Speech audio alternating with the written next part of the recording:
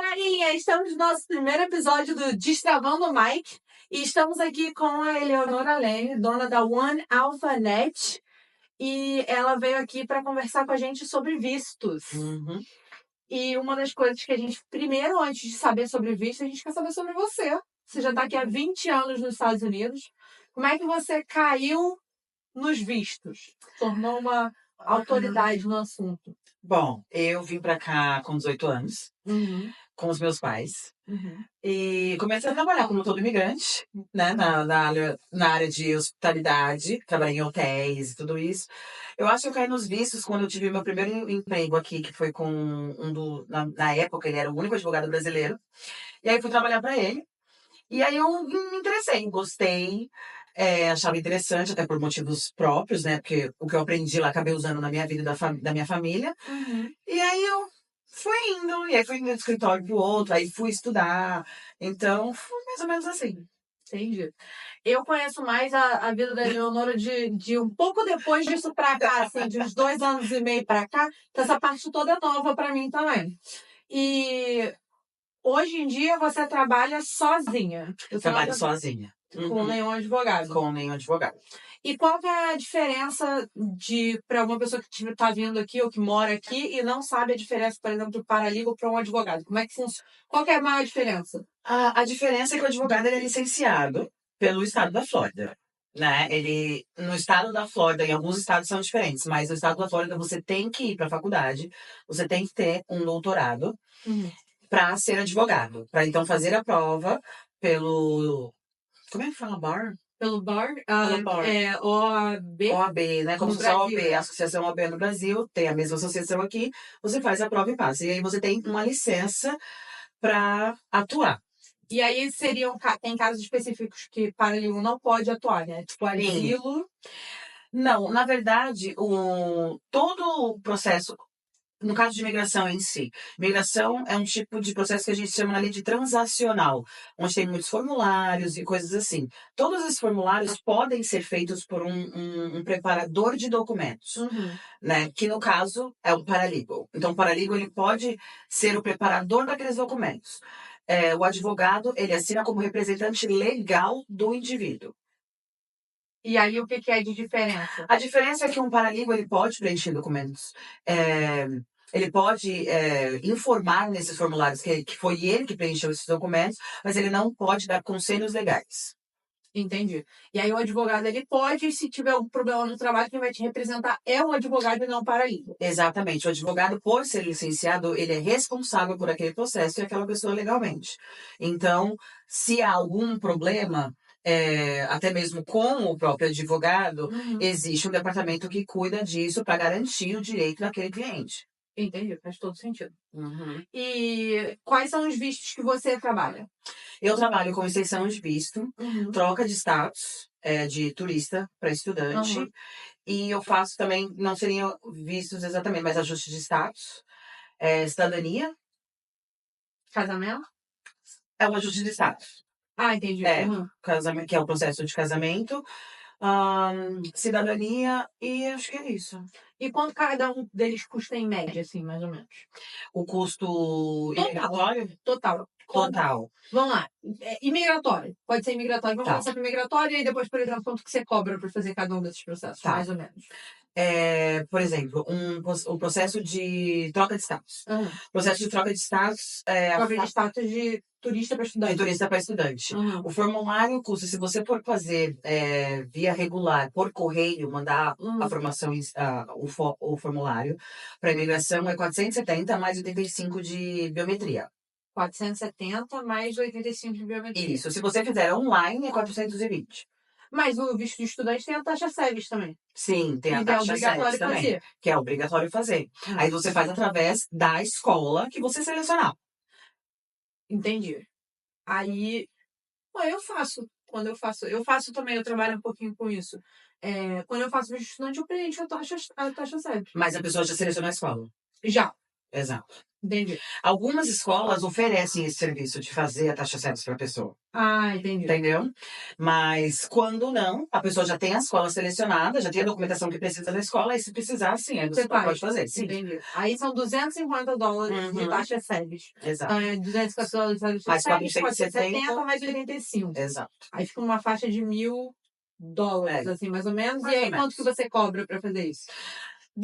Bom, eu cobro, dependendo, porque a troca de status você pode fazer para você, que você seria o F1, que é o código que a gente utiliza, ou então, para incluir a família. Para uma pessoa só. Para uma pessoa só é $700. Só a sua taxa. Só a minha taxa. Entendi. E aí você cobra, tipo, você tem uma taxa fixa pra dependente? Tipo, Exato. mas sem pra dependente. Exato. Entendi. Uhum. Beleza. Porque são formulários adicionais. Isso. E aí, pra fazer uma extensão de visto de turista, quanto que custa? O valor é o mesmo, porque é o mesmo formulário utilizado. Mas aí tira a taxa SEBS. Tira a taxa SEBS. Aí é só 470 ou 420. Mas a sua taxa aí fica uma faixa de 1.200, 1.300. $1.200. E aí, casamento? Casamento, processo de ajuste de status, a taxa, só a taxa do ajuste de status hoje, tudo dá $3.005.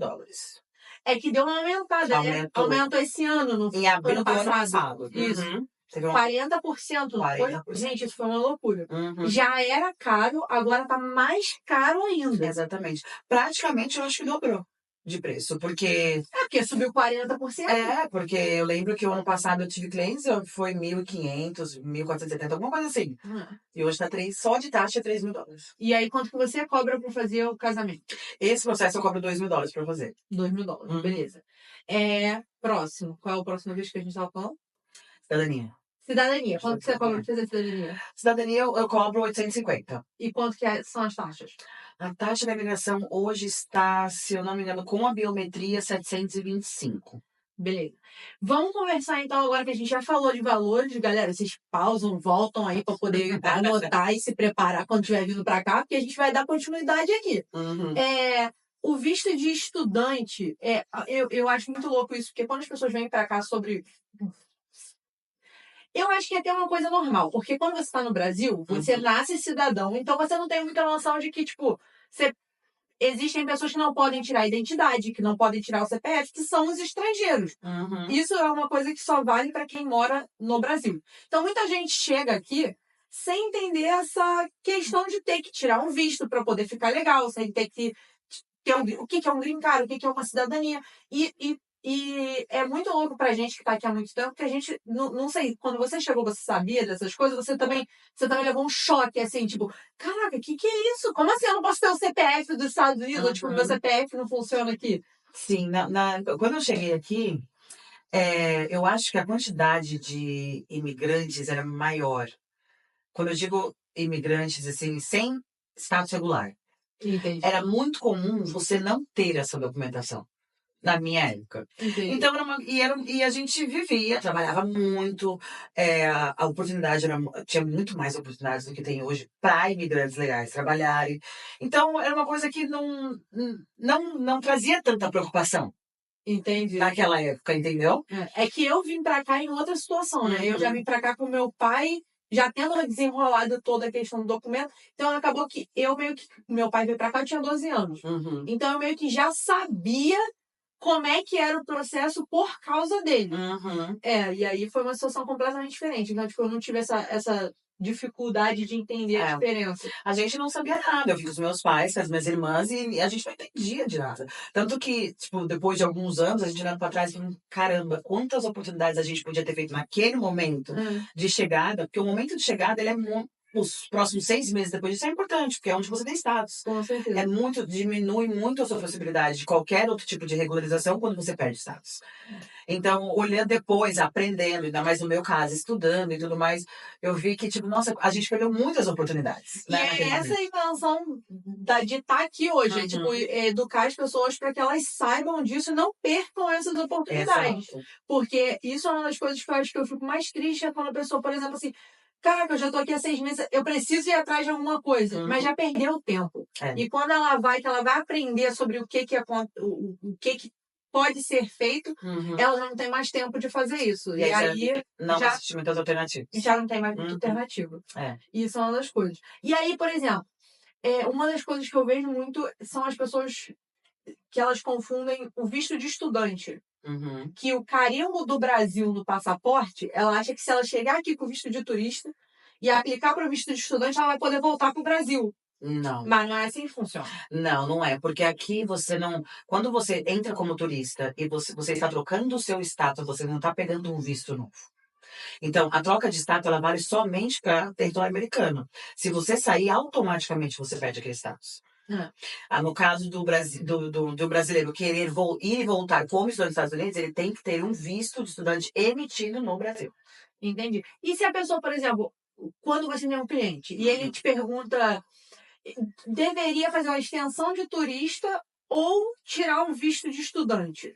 O que você recomenda? Tipo, cheguei aqui, quero ficar. O que eu faço primeiro? Olha, você tem que... Bom, existem oportunidades quando você tem status, como eu falei. Você tem opções de visto de investidor, você tem opções até de asilo, você tem opções de outros tipos de visto, não só o estudante.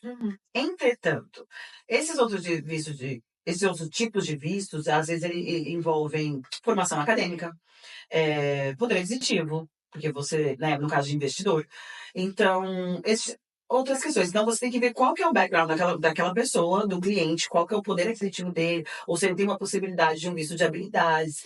Mas com a mudança de lei que teve esse tempo, você tem que se manter com visto de estudante de qualquer forma. Sim. Porque para você aplicar para um EB2 e EB3 hoje em dia, você não consegue fazer isso sem manter o status legal. Sim. E eles não estão dando... Porque, vamos voltar um pouquinho. Antes, funcionava... Vamos voltar até muito antes. Quando eu cheguei aqui, estava numa mudança do quê? Antes, para fazer o visto de estudante, você precisava ficar fazendo extensão de turista.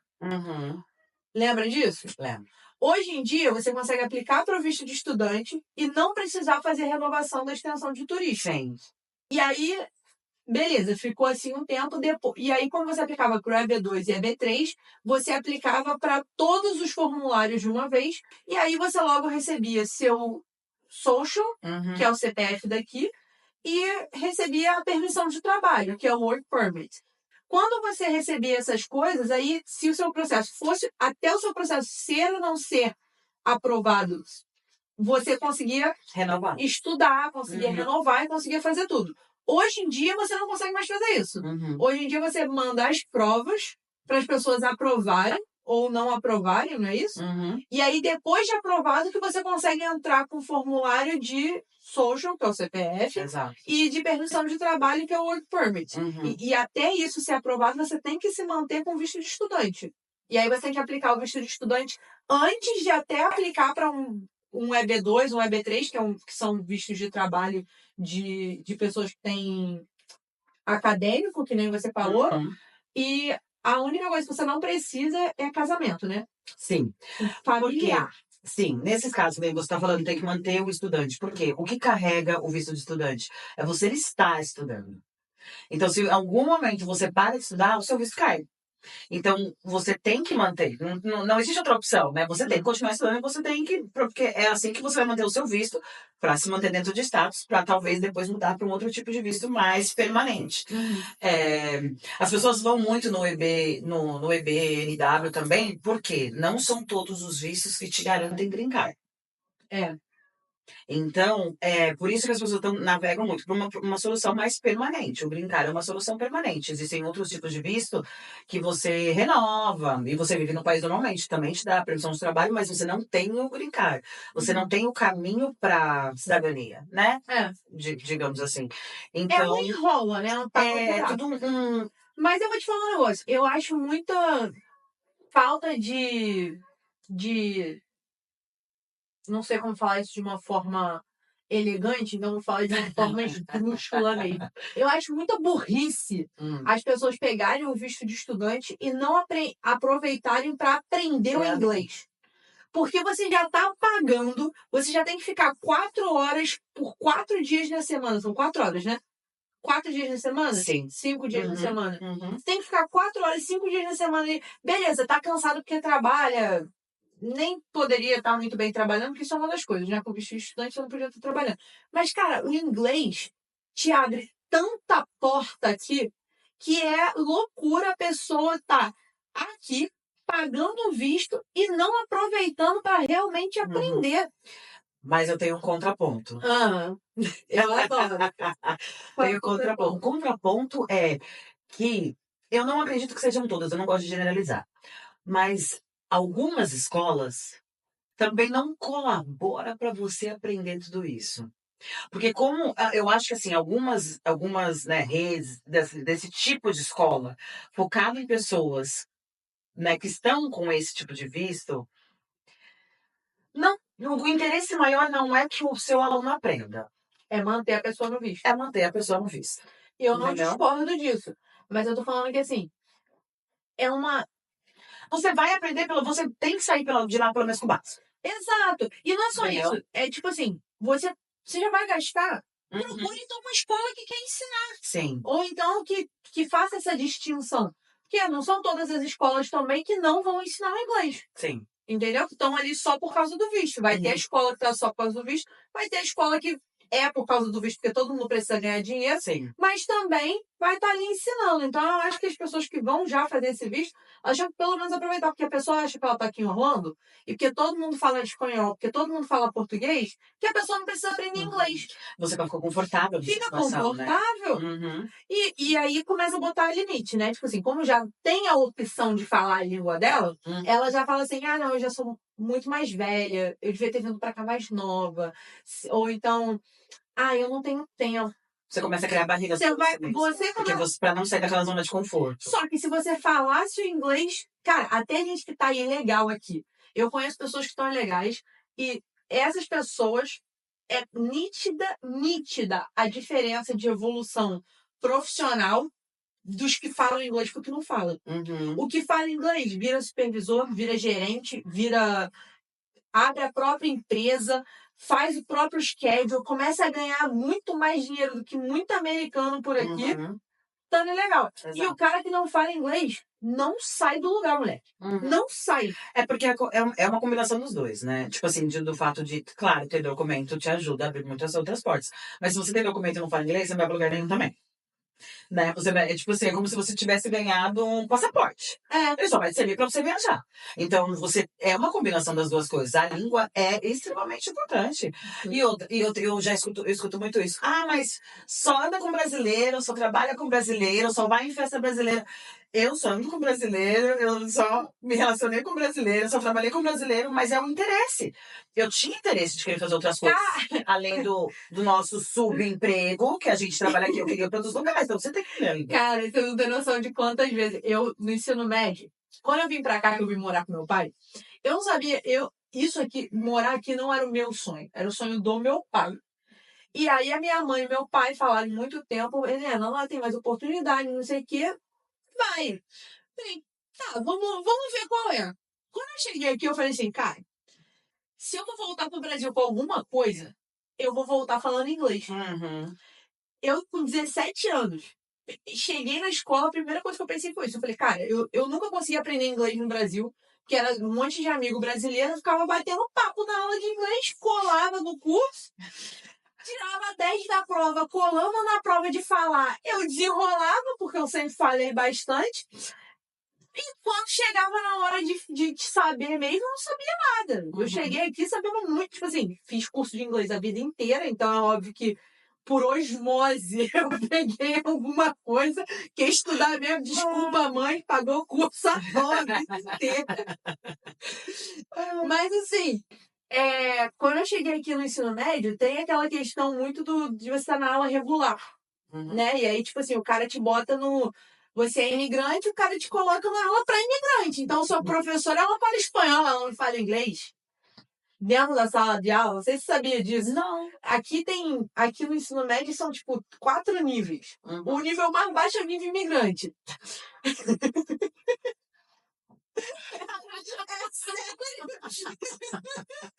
É sério. O nível mais baixo é o nível imigrante. Que aí é o ESOL. Sim. O ESOL. Aí tem ESOL 1, eu fiz ensino médio. Então, pra baixo, assim, não tenho tanta certeza de como funciona. Mas no ensino médio tem o ESOL 1, que é pro primeiro ano, ESOL 2, ESOL 3, ESOL 4. Isso é a base da pirâmide. Que loucura! Logo depois do ESOL, tem as aulas regulares de inglês. Que aí é 1, 2, 3 e 4 também, mas regular. Depois do regular vai a aula de honra, que é para as pessoas que têm mais inteligência, e depois vem a IP. Ué, você vai subindo na pirâmide. Quando era a época da selva, você subia na pirâmide porque tu era forte. Hoje em dia, você não ganha mais nada porque tu é forte. Tu vai subindo na pirâmide porque tu é inteligente. Ai, meu Deus. Né? Então, assim, a pirâmide, a base é ESOL. É o mais.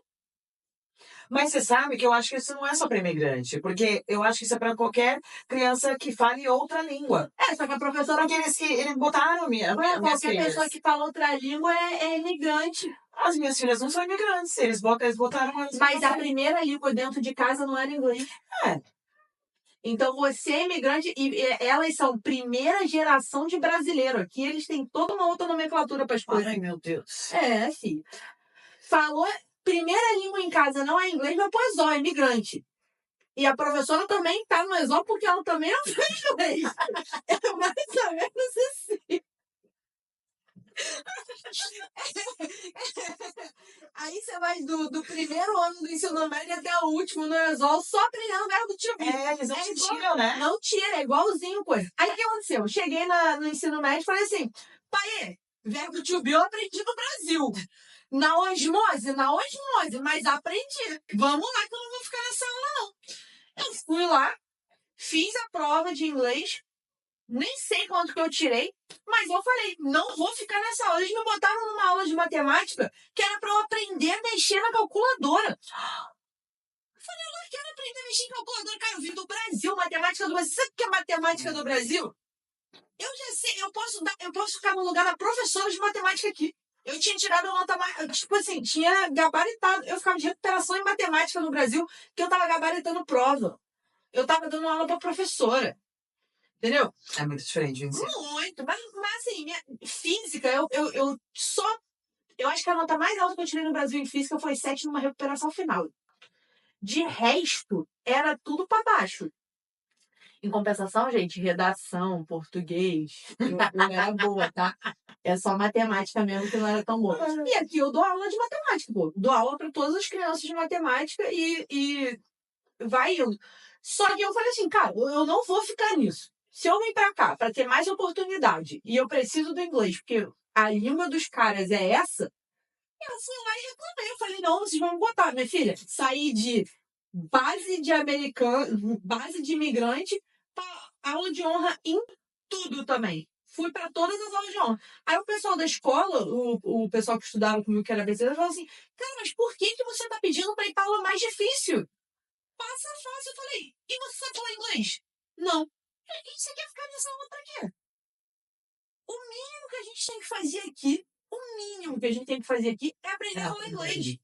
Se você for deportado, se você for mandado embora, estourar uma guerra aqui, que você for pro Brasil, o mínimo que você tem que fazer é voltar pra lá falando inglês. E eu acho que também te dá, e principalmente para os imigrantes, eu acho que dá um controle sobre a sua vida. Você entende o que está acontecendo com você. Exato. Muita gente, alguns dos meus clientes me ligam e, tipo, foram, alguns entraram pela fronteira, aplicaram asilo, mas eles não entendem o que está acontecendo.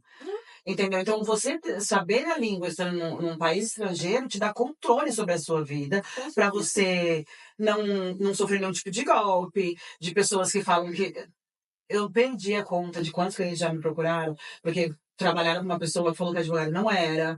Quer dizer, se você tem pelo menos o domínio da língua, você entende o que está acontecendo e você tem o controle sobre a sua vida. Isso que eu acho mais E importante. você consegue fazer coisa, por exemplo, assim, você vai no hospital. Tem hospital que tem tradução. Tem hospital que você não vai achar. O tradutor não tá lá, eles não conseguiram ligar. E como é que você faz? Você vai abrir uma conta no banco, não tem um brasileiro lá, você vai ficar pulando de banco em banco até achar um brasileiro. Você não consegue abrir conta, você não consegue pegar telefone. Cara, tem gente... Eu já trabalhei aqui, já ganhei muito dinheiro só porque eu falava inglês. A pessoa me pagar para acompanhar ela numa loja para abrir uma conta de telefone. A pessoa já me pagaram $50 a hora para eu ficar no telefone com a companhia de gás para ligar o gás da pessoa. Uma coisa tão simples. Tão simples. E tipo assim, fiz. Mas a pessoa já tava 2, 3 anos aqui. É muito importante. Eu acho que é o mínimo, assim. Então, mas vamos lá. A gente já fumou fora do assunto, né? A gente tá falando de visto. Mas você não respondeu. Aí, quando a pessoa acabou de chegar, você recomenda que ela faça. Quantas extensões você acha que uma pessoa consegue, assim, de boa? 2. O tempo que ela ficou, mais 2. Não. Isso, desculpa. Não contando quando ela entrou no país, automaticamente ela vai receber 6 meses. Ou não. Mas o não tempo que ela receber. E aí mais 2 depois disso. E aí depois ela aplicaria para o visto de... Eu aplicaria, se a pessoa tem um interesse em fazer a troca de status, eu recomendaria ela fazer na segunda extensão. Já na segunda extensão? Já na segunda extensão. Então nem fazer segunda extensão, fazer direto. Exato. Fazer só uma extensão. Exato. É o que eu falo também. Eu já tinha arriscado pedir uma extensão. Porque você vai ficar fazendo um ano de turista aqui como? Tem que ter muita grana para poder provar. Mas faz parte do processo também você comprovar renda, né? Você tem que comprovar que você tem intenção de voltar, você tem que comprovar que você tem renda para sustentar, ou que você tem alguém que te sustente durante esse período. Tem que ser um valor, né, assim, razoável, que seja... O que é um valor razoável? Tipo assim, quando uma pessoa tem que ter na conta para pedir uma extensão? Eu recomendaria entre 15 a 21 dólares. Dólares? Dólares. E para pedir um visto de estudante? Aí é um pouco mais, né? Porque aí o visto de estudante, a gente tem que comprovar que você vai conseguir se manter durante um período mais longo. Então, eu recomendaria entre 30 a 60 mil. 30 a 60.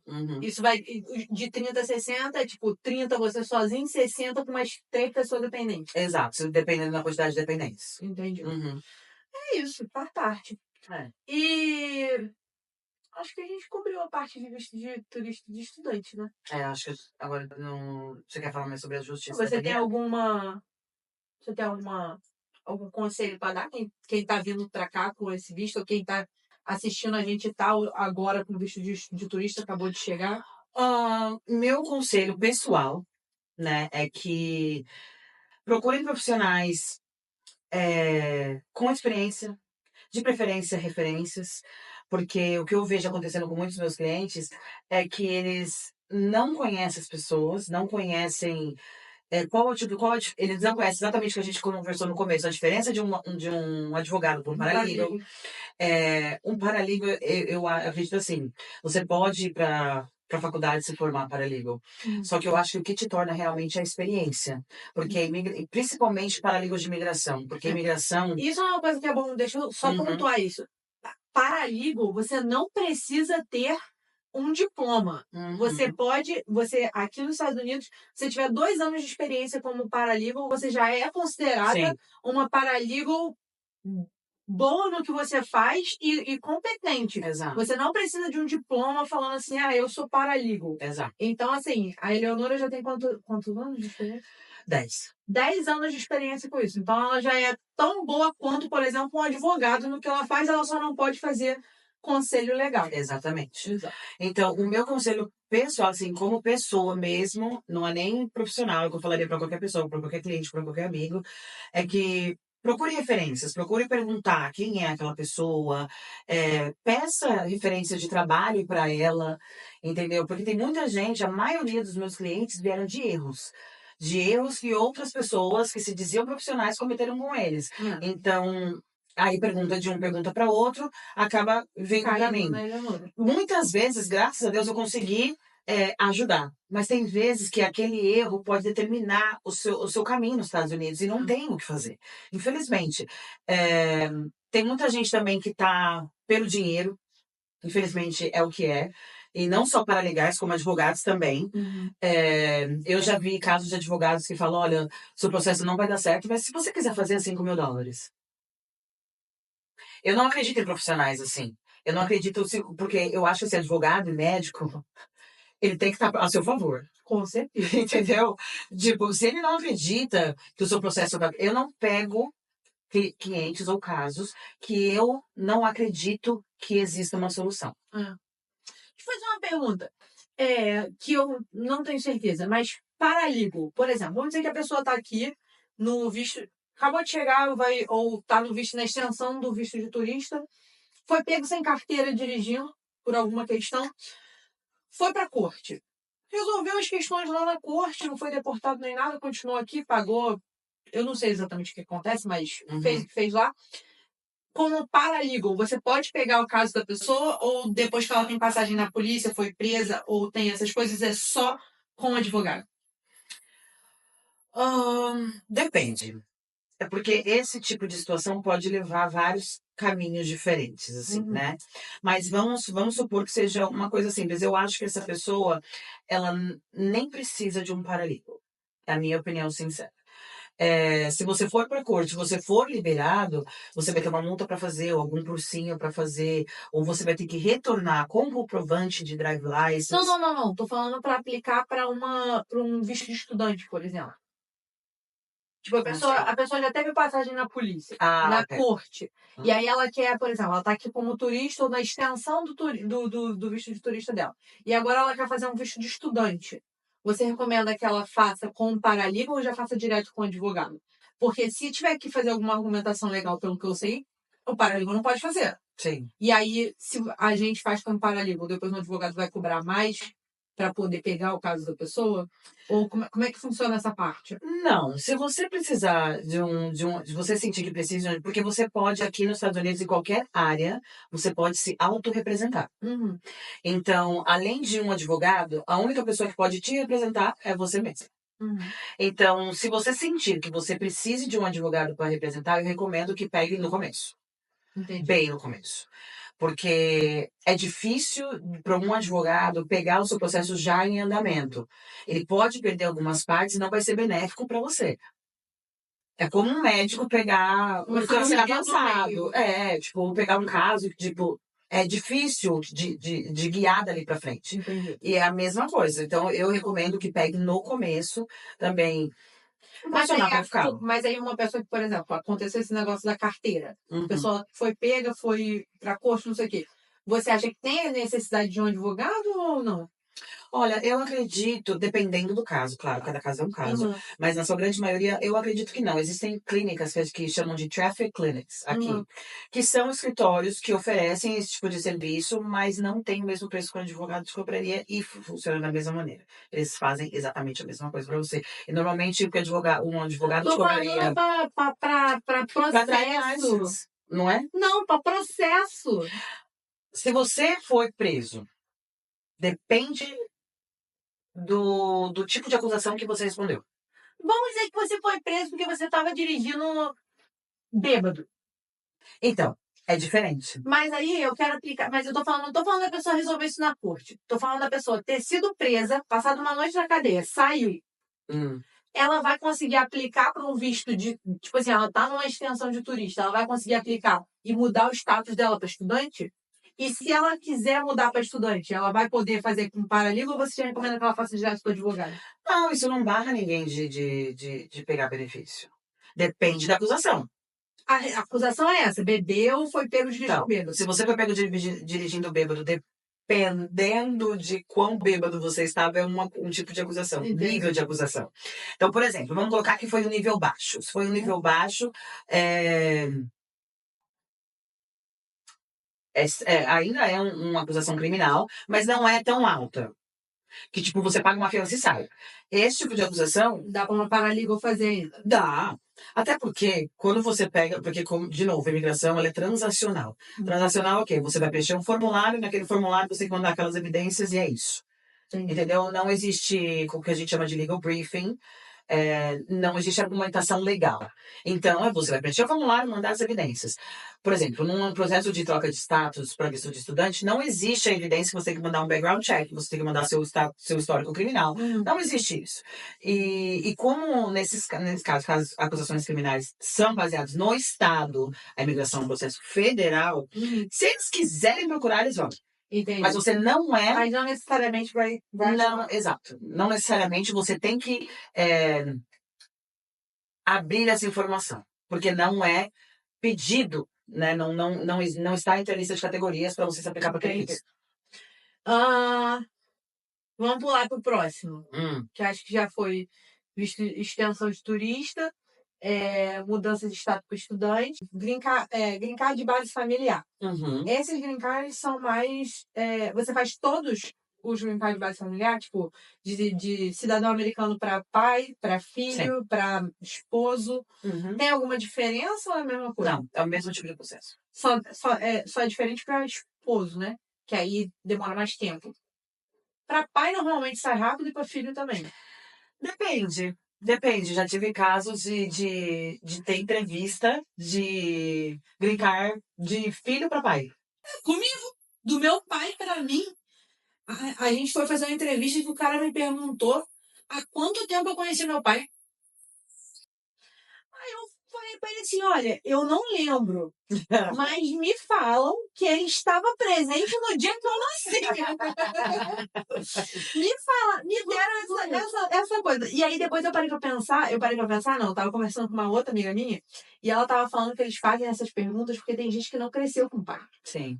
E aí eles perguntam isso pra saber se você tem alguma, tipo assim, se seu pai tá te forçando a dar o documento, ou se você tá cobrando alguma coisa do seu pai e não dando de coração, né? Tipo, tá fazendo alguma coisa legal. Eu já tive cliente que peticionou o pai e teve entrevista. E aí foi pra entrevista, mas a entrevista não foi para estabelecer a relação. Foi porque o pai, quando chegou muito tempo atrás, fez algumas aplicações da imigração que ficou meio sem porquê.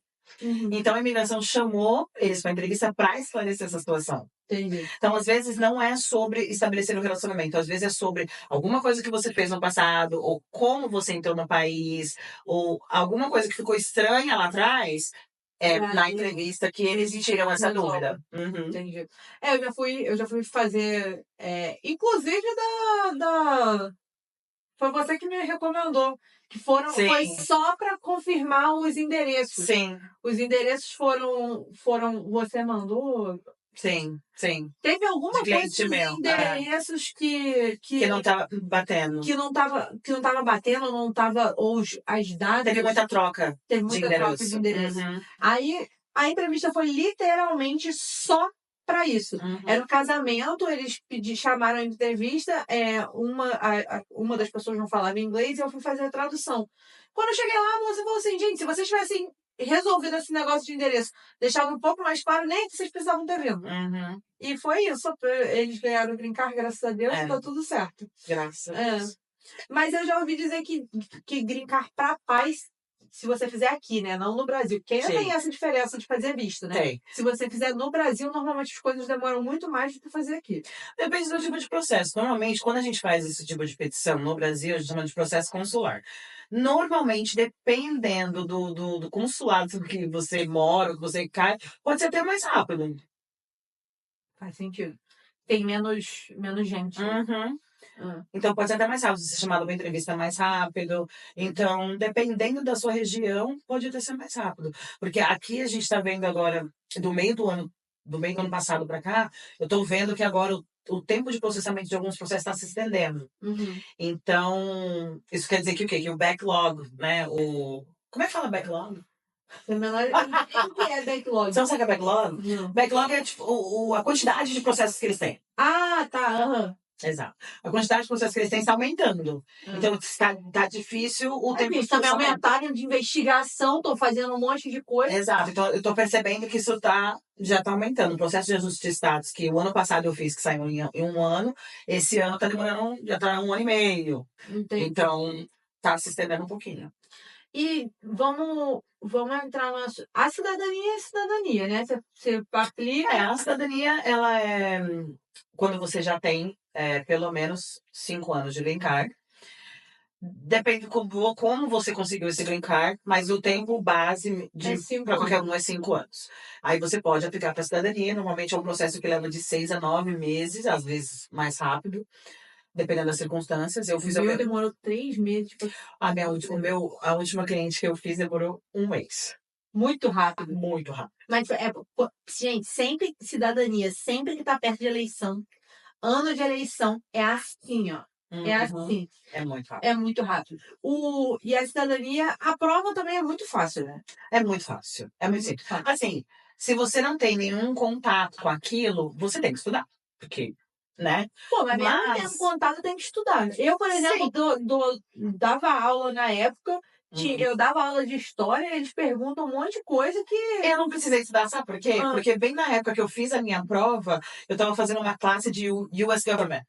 Cara, eu dava aula de US Government para as crianças, só que o problema era que, tipo assim, eles perguntam qual que é o juiz do seu juiz federal do seu estado, sei lá, tipo, o Do juiz distrito. do seu distrito. Sei lá, cara! Como é que eu vou saber quem Então, é? tem que estudar, mas a prova em si. E o pior é que era só nome difícil. Uhum. Eu não conseguia gravar, cara. Eles perguntam o que é o presidente, eles perguntam o que é o governador, O governador era fácil, era de Santos. Uhum. Só que o juiz eu não sei até hoje, eu não conseguia gravar. Se tivesse caído na minha prova, eu tava. Mas como assim o juiz? Porque tem vários juízes em cada distrito. Mas não era aquele. Era juiz federal, eu acho. Qual que era o juiz federal? Mas tem vários também.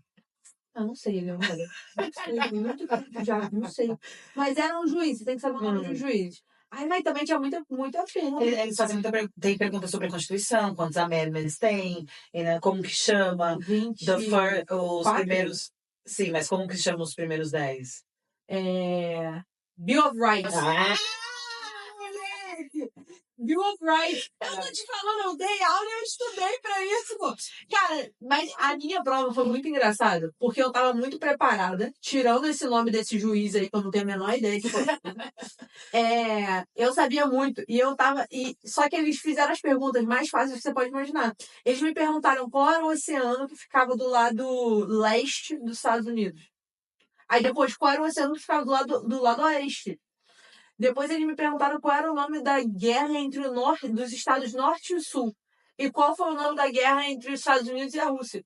Cara, isso no Brasil, eu estudei. Isso eu não precisava nem ter estudado aqui, nem dado aula. No Brasil, eu aprendi na aula de história.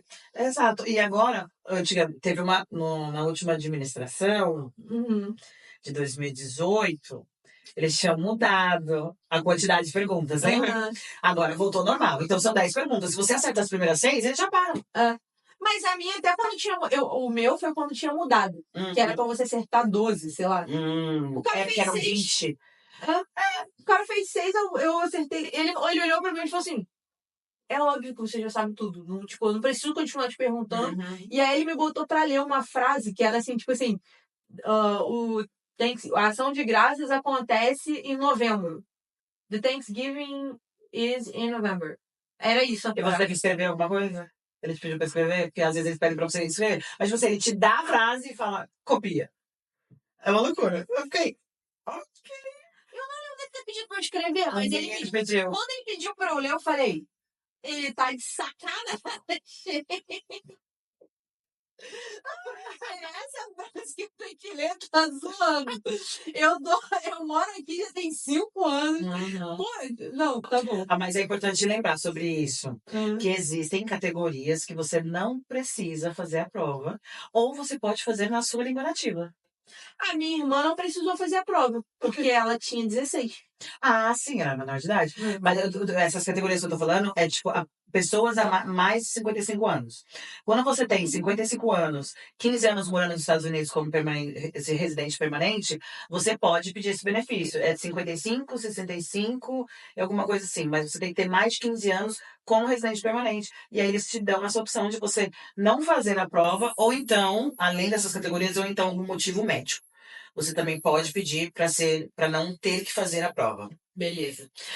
Agora que a gente já falou de todas essas partes, esses vistos todos, as pessoas que entram pelo México, por exemplo, elas têm direito de fazer algum deles? Não, os vistos de estudante, troca de status, não. Não. A pessoa que entra pelo México, ela já entra fora de status. Não. Bom, tecnicamente, quando você entra pela fronteira, os Estados Unidos tem que fazer uma aplicação de asilo para você naquele momento. Então, ela já entra asilada. Entendi. Dentro desse processo de asilo, existem vários tipos de processo de asilo. Na verdade, são 2 tipos de processo de asilo. Um que são processados administrativamente, que é pelo departamento do USCIS, outros que são processados pela Corte de Imigração dos Estados Unidos. Eu não sabia disso. A maioria dessas pessoas que entram, por exemplo, esse administrativo são de pessoas que vêm para os Estados Unidos com algum tipo de visto e pedem o asilo. As pessoas que o processo são regidas pela Corte de Imigração dos Estados Unidos são essas pessoas que entram pela fronteira. Então, e elas têm corte, elas têm que se reportar, elas têm que ficar indo. Mas existem alguns benefícios, assim, eu diria. Não muitos, tá? Até porque o asilo, ele funciona para países que têm acordo de asilo com os Estados Unidos. E o Brasil não O Brasil não é um deles. Então, muita gente usa esse artifício para ganhar tempo para alguma outra alternativa. Mas eu não acho efetivo.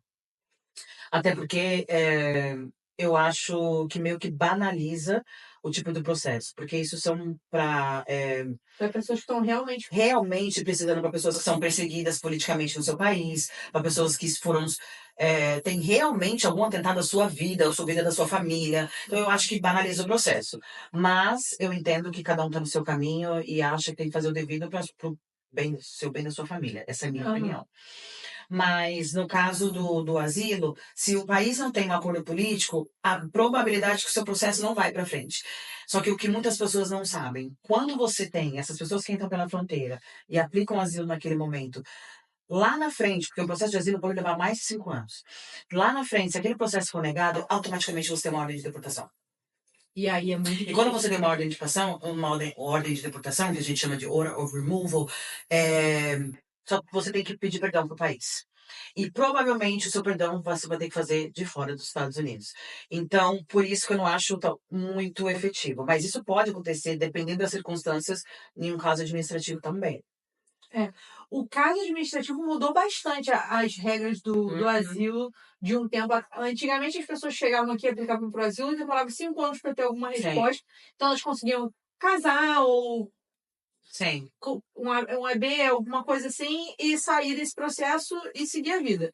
Hoje em dia está muito rápido, eles estão negando muito rápido pelas. Eu não trabalho com asilo, mas eu já vi muita gente, tipo assim, escuto falar, né? E que tá saindo muito rápido agora e nem pra ganhar tempo o asilo tá funcionando. Porque o asilo administrativo, depois de 180 dias, você pode aplicar para Work Permit e social. Só que o que eu acredito que esteja acontecendo agora recentemente, eles estão, dependendo do país, se não tem esse acordo, eles estão cortando porque é um processo que não vai para frente. Entendeu? E até porque a nova administração não é muito a favor, né? De asilados. Faz sentido. A nova administração entrou dia 20 agora. Ela tá voltando, né? Uma nova velha administração. É uma nova velha administração. O que você acha dessa nova administração? Questão do...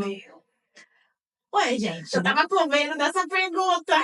Mas como é que você acha, vamos lá, como é que você acha que vai afetar a nova administração para imigrantes? Porque, por exemplo, tem muita gente agora, no celular de muita gente, não sei se de todo mundo, mas no meu tá aparecendo muita gente, tipo, vídeo de gente deportada. E até onde eu sei, o processo de deportação demora um tempo para acontecer. Eu acho que tá muito rápido esses vídeos que estão surgindo. Eu acho que tem muita coisa, pode ter muita coisa verdade, mas tem muita coisa midiática. Porque um processo de deportação, normalmente você recebe uma ordem de deportação, demora de 30 a 60 dias para você ter que ser removido, ter que sair do país. Sim, mas a gente não pode esquecer das pessoas que já estão presas, esperando sua deportação. Entendeu? Então, mas aí já eram pessoas que iam ser deportadas de qualquer forma. Sim. Então, eu acho que está acontecendo. São pessoas que já iam ser deportadas e já estavam presas, e aí eles estão fazendo vídeo midiático. É isso que você está falando? Eu acredito que sim. Eu acredito que precisa fazer espaço para mais. Caraca, cara, olha aí. Mas eu realmente acho. Eu acho que essa deportação, essa ameaça de deportação em massa, eu não acho que é uma ameaça. Eu não acho que é para as pessoas ficarem amedrontadas. Eu acho que é um negócio multibilionário. Isso vai Tá gerar dando lucro. é claro, porque na prisão em massa dessa quantidade de imigrantes que a gente tem no país hoje, não há espaço nas prisões de imigração, nas prisões duais. São prisões muito pequenas. Você vai ter que construir prisões privadas para colocar todas essas pessoas. Aí o dinheiro Isso é uma indústria bilionária. Entendeu? É a minha opinião. Não acho que é uma questão totalmente migratória. Não, é dinheiro. É dinheiro. Uhum. E como é que você acha que a nova administração vai afetar os outros processos que a gente já estava falando? Por exemplo, você acha que vai dificultar a extensão de visto de turismo? Vai dificultar você conseguir um visto de estudante? Vai ter um pente fino maior nas relações familiares? O que você acha que... Eu acho que para qualquer um desses tipos de visto mudar, eles vão ter que mudar a categoria, os requerimentos. Então, para isso leva um tempo. Não é simplesmente agora a gente vai começar a fazer isso. Não, você tem que mudar a categoria. Por isso que eu sempre acompanho muito o próprio Visa Bulletin, o site do USCIS. Acompanho todas as notícias, todos os artigos que saem. Então, para ficar atualizado com isso. E voltando rapidinho na questão do inglês, as pessoas aprenderem o inglês até para poder acompanhar isso e verificar a informação que advogado paralegal está passando. É correto. É incorreto, né? Porque tudo que você vai ver de processo de imigração tá no site deles. Exatamente. Tudo. Se não tá, não existe. Se não tá, não existe. É simples isso. assim. Você tem como calcular o tempo que vai demorar para saber se a pessoa está te falando a verdade, sem como calcular as taxas que a gente estava falando aqui. Todas essas ferramentas tem dentro do site da imigração, você consegue fazer tudo por lá. Exatamente. Os paralegals e os advogados são pessoas que vivem fazendo isso, então elas têm toda uma facilidade a mais, mas qualquer pessoa consegue fazer esses processos também. Exatamente. É só uma questão de segurança por ter uma pessoa, que nem a gente falou, que tem está mais tempo, tá? Que sabe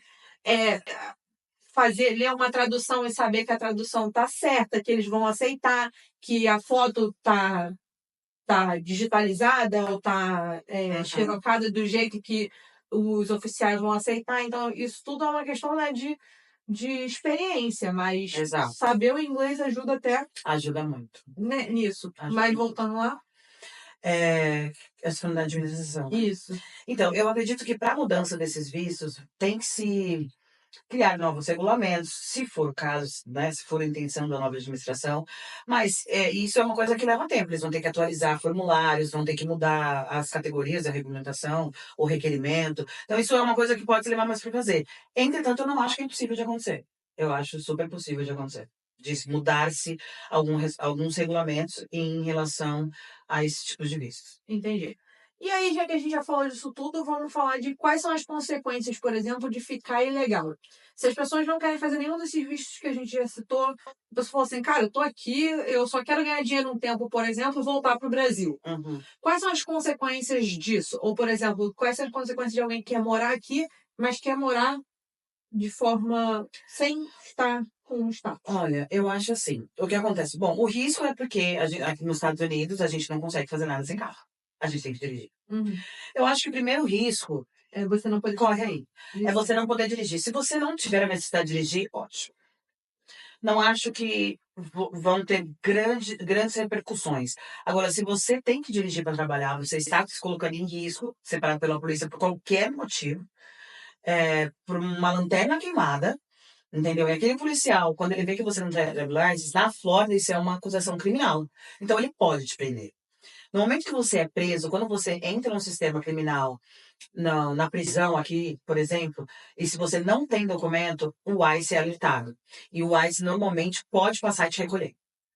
Entendi. Entendeu? Às vezes passa, às vezes não passa. Às vezes é uma questão de como culpados eles estão.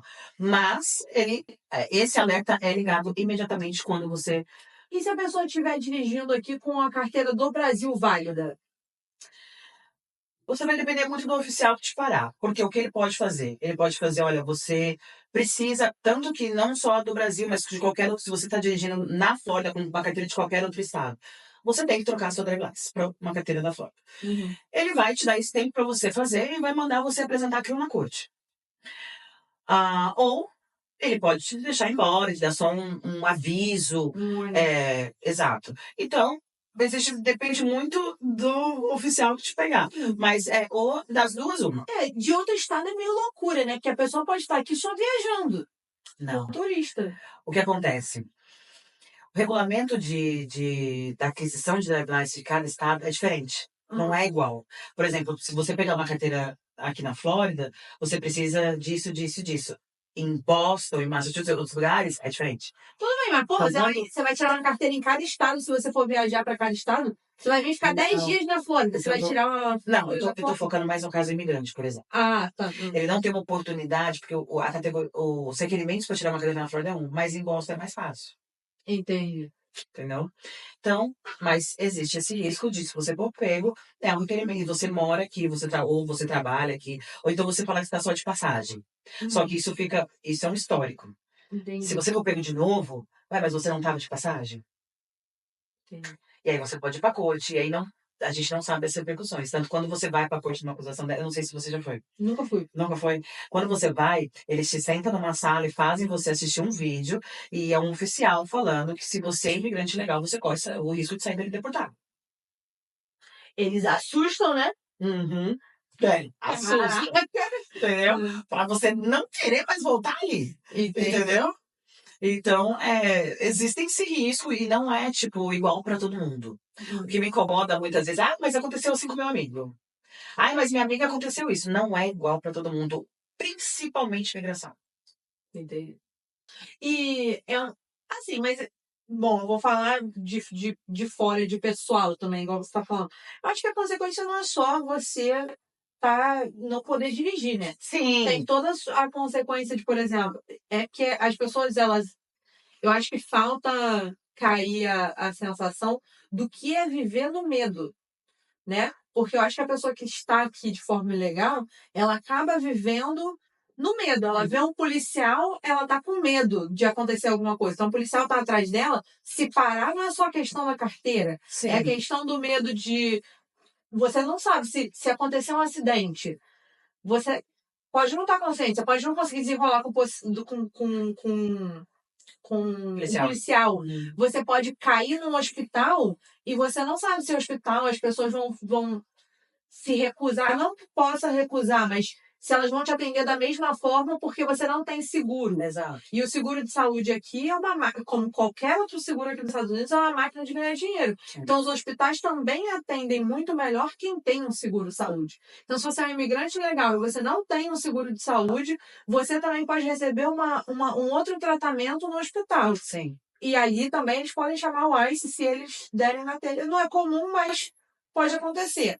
E tem, além do mental, além de um trabalho, às vezes você, por exemplo, não consegue arrumar, não que construção ou limpeza seja trabalho de demérito de forma alguma, são os que as pessoas normalmente estão sem documento ou que acabaram de chegar vão go to, mas acaba tirando a sua oportunidade, às vezes, de conseguir um trabalho na sua área. Sim. Né? Você tá ilegal. Então, você ter um visto de estudante, você conseguir um OPT, alguma coisa assim, você acaba conseguindo, às vezes, entrar na sua área e voltar para ela. Se você ficar ilegal, acaba essa possibilidade também. Uhum.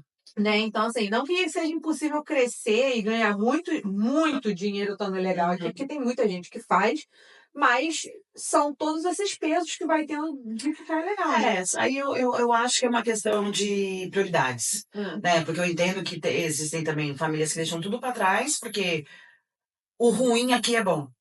Então, é uma questão realmente de prioridades, de entender, cada um sabe da sua vida, da sua história que teve no Brasil, e o quão doloroso é deixar tudo para trás, mas sempre visando uma vida melhor. Mas o que eu poderia falar é, tipo assim, a legalização, se você quer viver no país, ela é necessária. Porque a vida é diferente, você é mais protegido. Então, eu acho que independente das circunstâncias... E você fica sem medo, né? Porque quando você tá ilegal, você tem medo de exigir seu direito. Exato. Tem muita gente, por exemplo, que chega aqui, não tá com documento, ou tá com visto de estudante, ou tá com uma extensão de turista, trabalha, e aí o cara não paga, e a pessoa fica com medo de ir na polícia, a pessoa fica com medo de buscar os seus direitos, Exato. a pessoa fica com medo de falar alguma coisa e acaba perdendo tempo, dinheiro, fica frustrado porque foi meio que passado para trás e acha que não pode fazer nada. Exatamente. O que não é verdade. Principalmente se alguém não pagar vocês, gente, vocês podem Claro. tomar todas as medidas, porque isso não tem nada a ver com ICE. Não Então, tem nada a ver com imigração. tem nada a ver com migração. Então, vocês podem tomar... Falar nisso, você sabe quais são essas providências? Porque aí a gente já dá o de... Depende Bônus.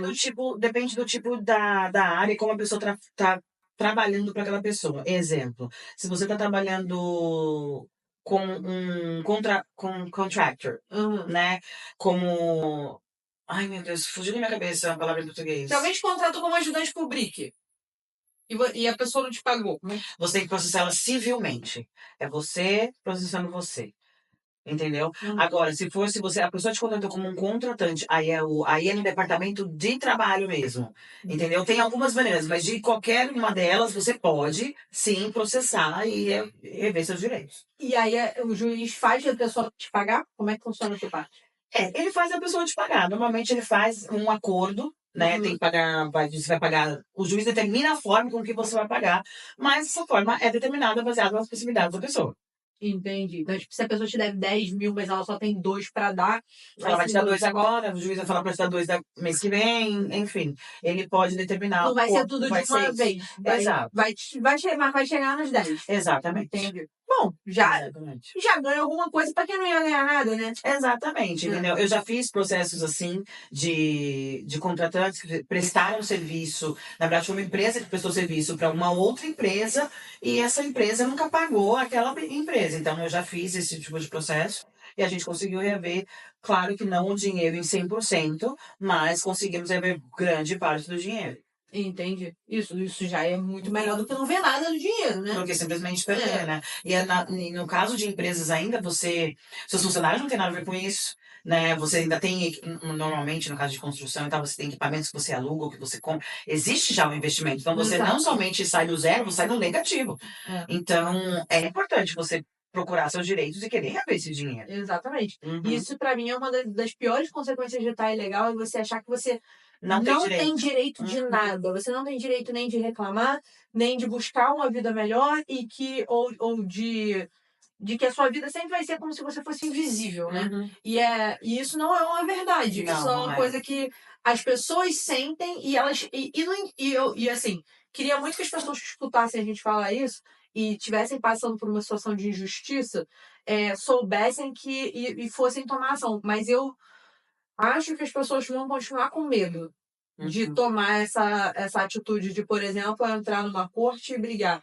O que eu não acho que devia ser. Eu acho que as pessoas deviam buscar mais de seus direitos, mesmo estando legal, vocês ainda são pessoas, as pessoas ainda são pessoas, têm direito, que tem a própria Constituição dos Estados Unidos garante que você, mesmo estando ilegal aqui, você tenha direitos de receber, de ter atendimento de saúde, de ser protegido pela lei, entendeu? Então, assim, isso são coisas que as pessoas têm que ter pelo menos essa consciência. Mas eu acho que a pior parte de ficar ilegal é você sempre achar que você é menos do que qualquer outra pessoa. Você não pode buscar seus direitos. Eu acho que isso é uma consequência bem... Pra mim, seria bem pesado. Mas eu acho que é uma coisa que é tão natural com o processo de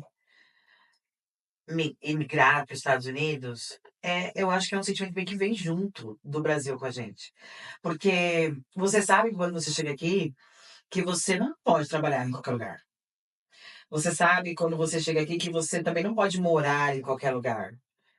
Porque na minha época, por exemplo, hoje em dia, eu acho que tá pior. Mas tem lugares que eles te pedem documento social para você poder morar, para você poder alugar. Entendeu? Então você sabe que você não vai poder morar em qualquer lugar. Você vai poder morar em lugar só onde eles aceitam passaporte. Você sabe que você só pode pegar um seguro daquela ou comprar carro naquele lugar que não te pede social. Entendi. Então você fica ali naquela... Você já fica meio jogado de lado. É difícil você não se sentir imigrante. Entendeu? Mas é o que eu falo. A busca da legalização ela é necessária. Ela tem que ser a prioridade número 1 do imigrante quando chega aqui. Até porque é uma questão de planejamento de vida, né? Se você quer passar o resto da vida aqui, como é que você vai passar o resto da vida aqui sem você nunca mais precisar sair? Exato. Porque você vem pra buscar uma vida melhor e vira um prisioneiro. Exato. Assim, eu sou muito grata, assim, mas eu poderia ter tido outras alternativas de legalização se eu tivesse mais conhecimento quando a gente chegou aqui. Meus pais também não tinham conhecimento quando chegou aqui. A ideia era chegar aqui e fazer dinheiro.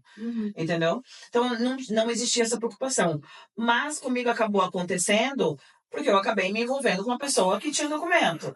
Então, deu certo pra mim, mas foi uma coisa que aconteceu pra mim. Não é a realidade da maioria das pessoas, né? Não é uma coisa que acontece, porque às vezes a gente até se envolve em casos, mas estão na mesma situação que a gente. Então.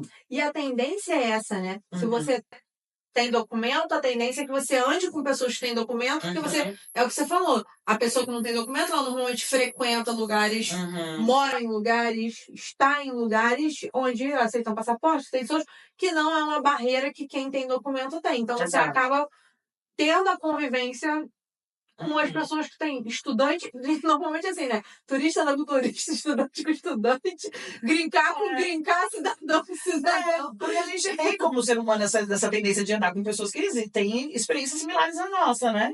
Mas é isso, por exemplo, a gente se conheceu na Morgan Morgan. Uma pessoa que não tem documento ou que tem um visto de estudante, provavelmente não conseguiria trabalhar lá. Exato. E a gente conseguiu trabalhar lá porque a gente tem essa oportunidade. Então acabou que a gente virou amiga porque a gente tem a oportunidade de trabalhar lá. Então. Mas o bom do meu trabalho é isso também, porque me leva a conhecer tantas pessoas e tantas histórias. E, tipo, de sair dessa bolha, tipo assim, que não existem essas histórias. A gente só vê na televisão.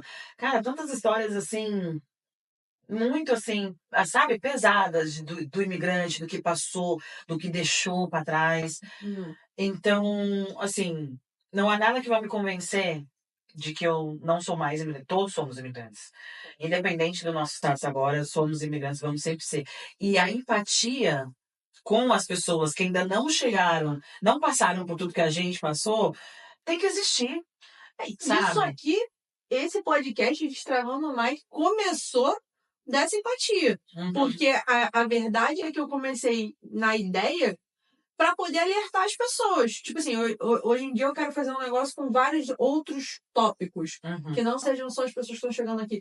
Mas eu tô 10 anos aqui escutando as mesmas histórias de pessoas que vêm enganadas, de pessoas que são passadas para trás, de pessoas que vêm sem noção do que realmente é aqui, do que realmente precisa ser feito, de qual que é a realidade. Exato. E a ideia do Destrava é exatamente essa. É, tipo, conscientizar as pessoas que estão vindo, conscientizar as pessoas que estão aqui de coisas que a gente demorou. Eu tô aqui há 10 anos. Que eu demorei 7, 8, 9, 10 anos para saber, pô. E elas são enganadas também na informação divulgada. Exato. Né? Tipo, pô, por isso que eu te falei, quando eu te convidei para vir para cá, eu falei, Eleonora, eu quero valores, eu quero verdade, porque o cara vai falar assim, não, você consegue em 3 meses. O que você consegue em 3 meses? Nada você consegue em 3 meses. Você não consegue juntar muito dinheiro em 3 meses, você mal consegue um lugar para morar que você esteja bem. Porque tem muita gente que você fica de quarto em quarto, em quarto, em quarto. Até você se dar com uma pessoa para poder ficar. Não, e a irresponsabilidade na parte de passar informação para as pessoas, eu vejo aqui que ela é tão grande e ela é por likes. Por likes. É likes. Eu lembro que uma vez eu vi um influenciador, né, da região falando no programa, no podcast dele, gente, vem pra cá, tá cheio de emprego. Cadê? Eu falei, cara, a responsabilidade dessa informação, gente, as pessoas largam tudo, vendem tudo que tem Para vir pra cá. E você falar pra uma pessoa, vem pra cá que tá cheia de emprego, coisa que você nunca viu, porque você não trabalha nessa indústria, você não tem esse conhecimento específico, você só acha, alguém te falou, então você tá só. Não é que não tem a oportunidade. Aqui você consegue trabalhar. Tem muito lugar contratando. Mas uma das coisas que a gente está vendo hoje em dia, que eu estou sentindo pelo menos, é que os trabalhos não estão pagando o que as pessoas conseguem, o que é necessário para sobreviver. Exato. Então, assim, já é difícil você aceitar um trabalho que você não vai conseguir ganhar o suficiente para você. E aí, a pessoa vem trazer uma outra pessoa falando assim, você vai ganhar, sei lá, $2.000 por mês. Isso são R$10.000. O que você não consegue fazer com R$10.000 no Brasil? E aí o cara vende um sonho de um dinheiro no Brasil. Só que você não tá ganhando R$10.000 no Brasil. Você tá ganhando $2.000 aqui, com conta de 900, é só um lugar pra ficar. Só um lugar pra ficar. Exato, você não tá contando gasolina, você não tá contando comida, você não tá contando seguro, que é tudo em dólar. Que é tudo em dólar. Então a pessoa não consegue, você não consegue ganhar $2.000 e mandar $2.000 pro Brasil. É impossível. Você não vai conseguir fazer isso. Então... então eu acho que tem muito influenciador aqui que não passa a mensagem real. Sabe, a mensagem real das pessoas de classe média baixa, que mesmo assim conseguem sair do Brasil para tentar viver aqui. Exato. Não é, sabe, eu acho que tem muito influenciador para quem tem muito dinheiro e quer investir no real estate, comprar uma casa de investimento na Disney.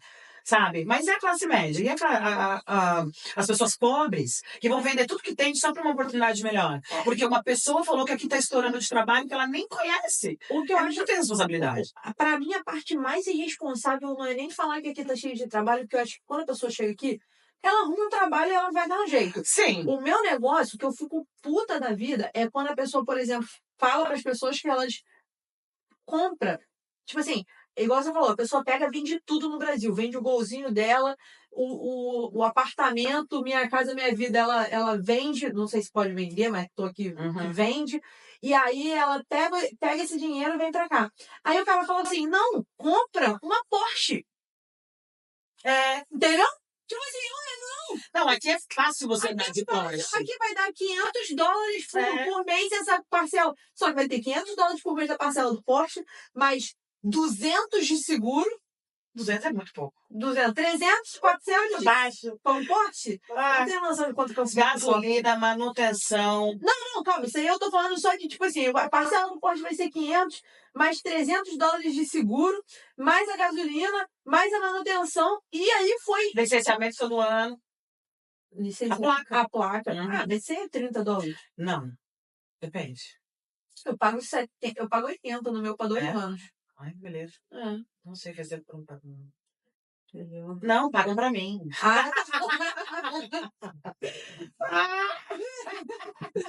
Então tá eu não sei o preço. Não é que eu não pago, eu não sei qual o preço. Entendi. Não sou eu que vou lá e faço assim. Aí... eu sou troféu de alguém. Mentira. Ai, que delícia! Ai, que me dera, meu sonho. Tá disponível, galera, para troféu. Pra troféu só. Aí, tem um monte de coisa aí que eu fico bolada, é isso, que o cara gastou esse dinheiro, tipo assim, vendeu tudo. Aí o cara, ao invés de falar assim, fala real, tipo, pô, cara, você chegou aqui, você vai precisar de um carro. Compra um carro de 5, que a parcela vai ser 200. Pra você poder, tipo, começa devagar. Começa devagar, cara, senta e respira. Mas é porque a pessoa vai vendendo um sonho e vai deixando a pessoa tão empolgada, a pessoa chega aqui e fala assim, cara, eu vou conquistar o mundo. Exato. Aí no primeiro mês ela gasta tudo e depois vai no grupo de mães e amigas em Orlando falando, gente, acabei de chegar, tô sem nada. Por quê? Porque perdeu o carro pra concessionária que não conseguiu pagar, não conseguiu pagar o aluguel da casa, da mansão que alugou, porque não tem condições. E aí vai nessa. A pessoa, o cara incentiva o cara a vir pra cá, milhão. Ao invés de incentivar o cara a vir pra cá, cara, é o que eu já falei. Não é pra o podcast, não, a Destrava, não é pra motivar nem desmotivar ninguém a vir pra cá. É pra falar a verdade de como é. Quer vir pra cá? Não venha milhão.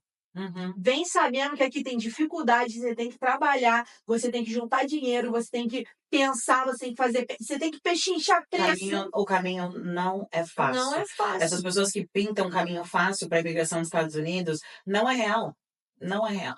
Todo mundo cada um passa um dobrado diferente, mas todo mundo passa dobrado. Eu vim pra cá com 17, passei dobrado. Eleonora veio com 18, passou dobrado. Tem gente que vem com 40, passa dobrado. Tem gente que vem com muito dinheiro, mesmo com muito dinheiro, passa dobrado. Pessoa que vem com pouco dinheiro, passa dobrado. Passa quadriplicado se tem pouco dinheiro.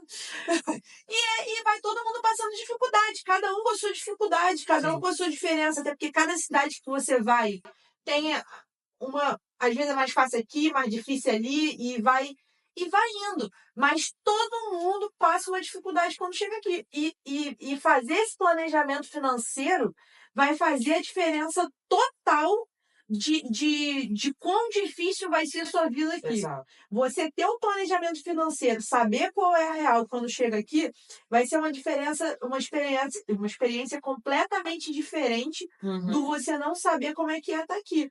A gente estava falando esses dias, eu não lembro quem que me falou essa frase, mas eu acho que é coisa do Rio. Que todo dia sai um otário e um malandro de casa. E que sempre dá problema quando eles se encontram. E a ideia, a ideia é fazer com que as pessoas não sejam otárias. Não que eu ache que a pessoa que está sendo passada a perna seja otária. Mas é porque o cara que é malandro vê a pessoa que não tem informação, vê a pessoa que está cheia de esperança, vê a pessoa que está com brilho no olho de vir para cá como otário. Exato. E é isso que eu não quero. Eu quero que a pessoa que é leiga, ela se torne uma pessoa consciente, informada, para não virar otário desse monte de, vamos falar com todas as letras, de babaca que tem por aí tentando tirar vantagem. Quando eu falo pechinchar, eu falo pechinchar de verdade, porque você vai numa locadora, o cara sabe que você acabou de chegar, ele sabe que se ele falar 16, que é o preço, por exemplo, de verdade de um Corolla, ele sabe que você vai achar que você já vai achar barato. Então ele joga para 25, porque um Corolla no Brasil é 200 mil. Então se você falar 25, você está pagando 10 mil a mais do que eu pagaria, por exemplo, que eu sei que o preço é 16, entendeu? Então, pro cara, ele olha pra você e fala assim, otário. E eu não quero que ninguém olhe pra vocês e pense otário. Eu quero que todo mundo que tá assistindo Destrava chega aqui falando assim, não, eu escutei a Helena falando com a Eleonora, que não é assim que funciona a vista. Que não é assim que você tem que fazer as coisas. Que é daquele jeito que funciona. Eu vou lá no site da imigração, eu vou ler, vou traduzir a página palavra por palavra, mas você não vai me passar a perna. Eu não quero ninguém falando que as pessoas que me assistem, ou ninguém, na verdade, não é nem as pessoas que me assistem, podem até não me assistir, eu quero que ninguém chegue aqui e passe por essas coisas, que eu fico puta junto com a pessoa. As pessoas vêm me contar essa história, cara, me sobe uma raiva. Porque não é. Porque o pessoal fala assim, tem muito brasileiro filho da puta. Não é. Se você for falar com os hispanos, eles vão falar que tem muito hispano filho da puta. Americano não sabe nada de imigração porque eles nasceram aqui. Exato. Mas assim, se você for falar com russo, tem russo filho da puta. Se você falar com americano, tipo americano. Se você falar com russo, com polonês, com europeu, sempre vai ter. Por isso que eu quero que vocês saibam exatamente onde vocês estão pisando. Pra ninguém falar assim, ali, otário, caiu naquele papo daquele maluco lá. Não quero, vai todo mundo saber onde está pisando, os leigos vão virar tudo gente informada, ninguém vai virar otário. Essa é a ideia. É isso. É isso. Informação é tudo, cara.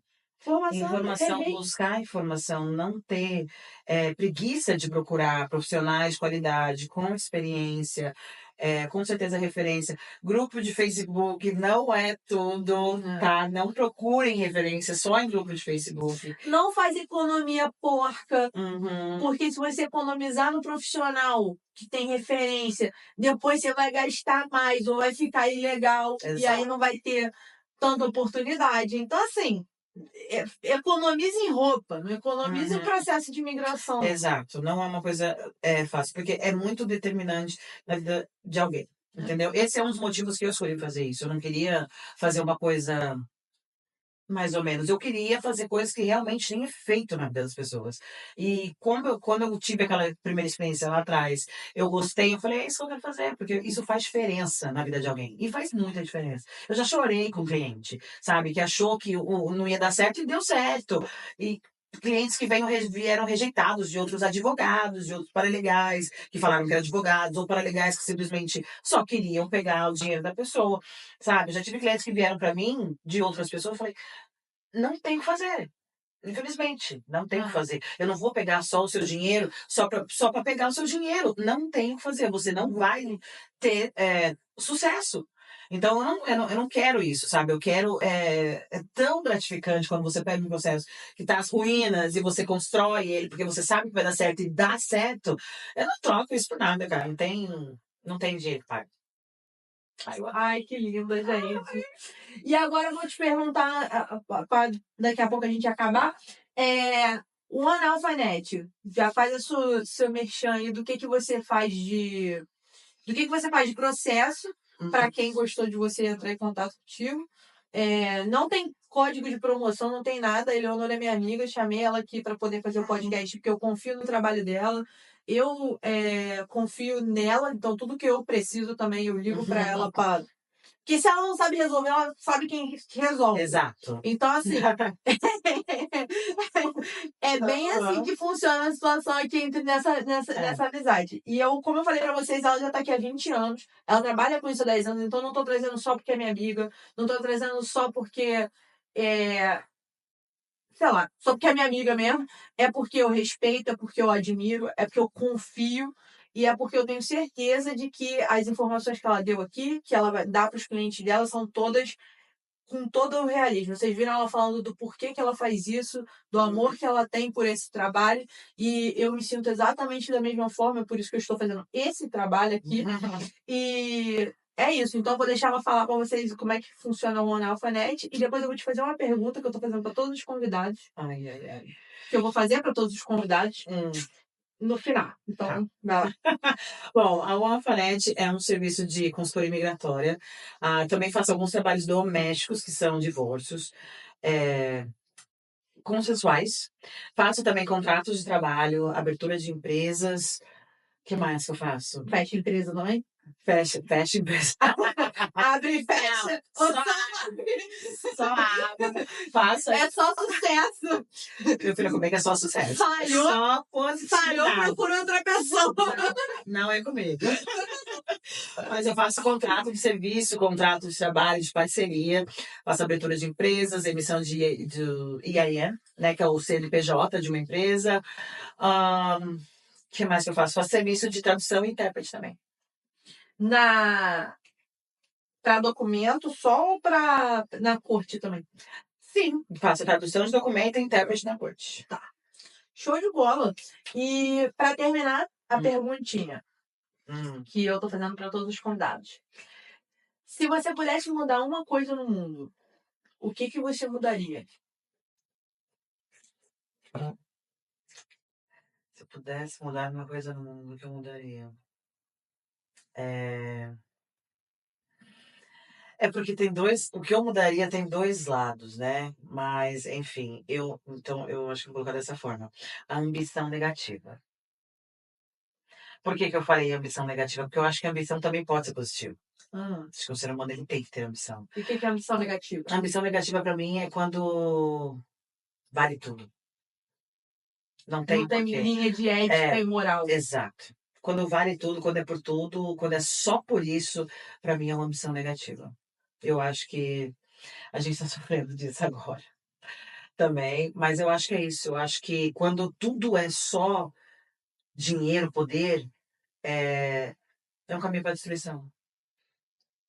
Eu acho que essa é a história do mundo desde que o mundo é mundo, né? Eu acho que é. As pessoas fazem uma ambição de que não é nunca pensando no melhor da comunidade, né? É sempre o melhor de si mesmo. Eu acho que a humanidade meio que desaprendeu a viver em comunhão. E é cada um por si.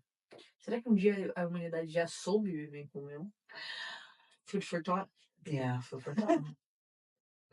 Porque pela história do mundo é mundo, eu não lembro, não. Até Jesus foi traído, né? Pela ambição. Antes de fica aí a dica. Se alguém tiver algum feedback. A única época que não teve, que a sociedade veio em comunhão foi antes da Eva comer a maçã, que só era 2 pessoas também. Tá ligado? Não era nem uma galera. Outra, copa não conta. Depois que saiu do coisa, era só Adão e Eva, chegou Abel e Caim. Caim matou Abel, não foi isso? Partiu de mais de 2, já deu problema. Já não sabe viver em comunhão. Filho. Lascado, então. Acho que não tem uma história do mundo que é mundo que tenha o mundo vivendo. Mas eu vou te falar, eu tenho esperança. Eu tenho esperança, cara. Não morre, né? Eu tenho esperança. Eu gosto da comunhão, da comunidade, da empatia com, sabe, com quem teve a mesma história que você teve, que no caso são, né, os nossos imigrantes. Tipo, eu sou muito justiceira, né? Então, é. É uma coisa que essa mulher é justiceira, gente, meu Eu Deus sou, do céu. eu sou toda pela justiça, pela igualdade. Tá no caminho certo, né? Faculdade de advocacia, trabalha com direito, tá tudo certo. Eu Tá acho que eu certo. me encontrei. Eu sou muito feliz no que eu faço, cara. Muito feliz mesmo. Eu não achei que eu pudesse fazer dinheiro e ser feliz ao mesmo tempo. Por muito tempo da minha vida aqui, eu achei que era um é outro, entendeu? Mas porque eu já trabalhei de tudo que você pode imaginar, cara. Você deixou de ser escravos unidos, né? É, porque, nossa, eu não achei que eu pudesse chegar e ter os dois. E é isso que eu acho que o meu trabalho engloba, sabe? Porque quando você tem essa liberdade, você se legaliza, você se regulariza, você consegue viver isso, entendeu? Então, eu faço o que eu amo e eu sou muito feliz. Gente, vou explicar esse termo rapidinho pra não ficar estranho. Que ter. Escravos unidos. É porque daqui a pouco vem alguém me xingar porque eu tô falando uma negra sobre os escravos unidos. Vai que Você vai vira um ser problema, atacada. né? Aqui nos Estados Unidos, os imigrantes, de uma forma geral, que trabalham muito, né? Todos nós trabalhamos muito, e não têm muitos direitos. Então acaba que você trabalha muito, É uma escravidão moderna. é uma Uma escravidão. escravidão moderna. Uma escravidão moderna. Então, o pessoal que é imigrante, principalmente o pessoal que acabou de chegar, que está trabalhando muito, que está fazendo carreira, né, que ainda não encontrou o que gosta e dá para fazer dinheiro, porque aqui nos Estados Unidos é um lugar de muita oportunidade. Então, você conseguiria sim, qualquer pessoa consegue vir para cá, achar uma coisa que gosta de fazer e ganhar dinheiro com isso. Mas quando você chega, a sensação é que você não tem direitos, você só tem deveres e só tem trabalho. Então, quando você chega aqui, é normal você escutar a frase de que todo mundo é escravos unidos aqui. Então, nos Estados Unidos é escravos unidos, e daí que vem a brincadeira Exato. que eu acabei de fazer. Porque é uma terra que se trabalha muito, né? A gente trabalha muito. Eu não lembro qual período da minha vida eu só tive um emprego. Eu sempre tive dois ou mais, Cara, eu acho que eu também. não é? Ou nenhum. É tipo, dois ou mais ou nada. Porque aqui é assim, é muito, sabe? E eu não consigo lembrar real um período da minha vida que eu só tive um emprego. Não consigo. Essa é a minha meta, tá?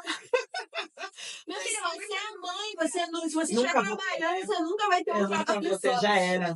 Mas Nunca, a gente tem que botar a Maia da Ilha pra fora de casa. nunca vou ter só um emprego, gente. Oh, meu Deus. Só isso me lembrou disso. A não ser que você vire troféu mesmo. Aí vai ser o seu único Menina. emprego, vai ser mãe. Não vai. Eu vou ser dona de casa. Ah, Não vai ser dona de casa. não, mas se você for troféu, a pessoa que você tá vai botar alguém pra trabalhar e vai botar alguém dentro de casa. Né? Seu troféu é isso, é ir pra academia e cuidar das crianças. Não? Não sei se eu conseguiria. Eu não acho que você conseguiria, não, mas Todo mundo me fala, eu não me vejo. Não me vejo. eu acho que você ia matar alguém se você fizesse um negócio desse. E provavelmente ia ser o provedor do troféu. Aí você já ia ficar preso. Na cadeia, mas. Não, gente, eu não me vejo, não. Eu gosto muito de trabalhar. Cara, eu gosto muito do que eu faço. Cara, eu também gosto muito de trabalhar. Eu não tenho esse sonho de. Eu tenho o sonho de não precisar trabalhar. Sim. Entendeu? Eu ia trabalhar porque eu gosto. É isso. É. A ideia é, tipo, já ter Aí muito dinheiro aí pra trabalhar porque eu gostosinho. gosto de trabalhar. Não porque, meu Deus do céu, as contas estão chegando, eu não tenho dinheiro. E isso é uma coisa também que vem com a legalização também, esse conforto, sabe? E ter uma rotina também, né? Eu gosto de ter rotina. Não sei, não gosto, não. Mas a vida te força, né? Porque se você. Né? Algumas coisas me forçam. Tipo, 2 filhas, um trabalho de segunda a sexta. Outro trabalho, faculdade. Faculdade. Mas gostar de rotina eu não gosto, não. Mas é porque todos esses afazeres, A gente sabe que você eu não me sinto muito em rotina. Porque é tanta coisa pra fazer o tempo todo, sabe? Eu não me sinto muito em rotina. Quando você consegue desenvolver um PTO infinito, quando você pega... Você não vai falar disso no podcast. Não vou falar, não. Quando você pega o macete do The Sims pra ter dinheiro, não é dinheiro, mas é hora infinita no dia, que a Eleonora parece ser hora infinita. Você manda mensagem pra ela de madrugada, de tarde, de noite e coisa, ela tá ali te respondendo. Eu sou uma boa gerenciadora da minha hora. Então tá bom, Eleonora, acabou. Beijo, gente. Muito obrigada por ter assistido. A gente tava com a Eleonora Leme. Segue ela depois no... Ih, tem que chegar aqui de novo. One Alphanet. One Alphanet. Aqui, ó. One Alphanet tá ali na TV. E é isso, gente. Muito obrigada por ter assistido. Espero que vocês tenham gostado. Curte, compartilha, comenta. Fala se quer que a Eleonora volte aqui de novo. Se vocês têm mais alguma pergunta pra ela. E é isso. Beijo.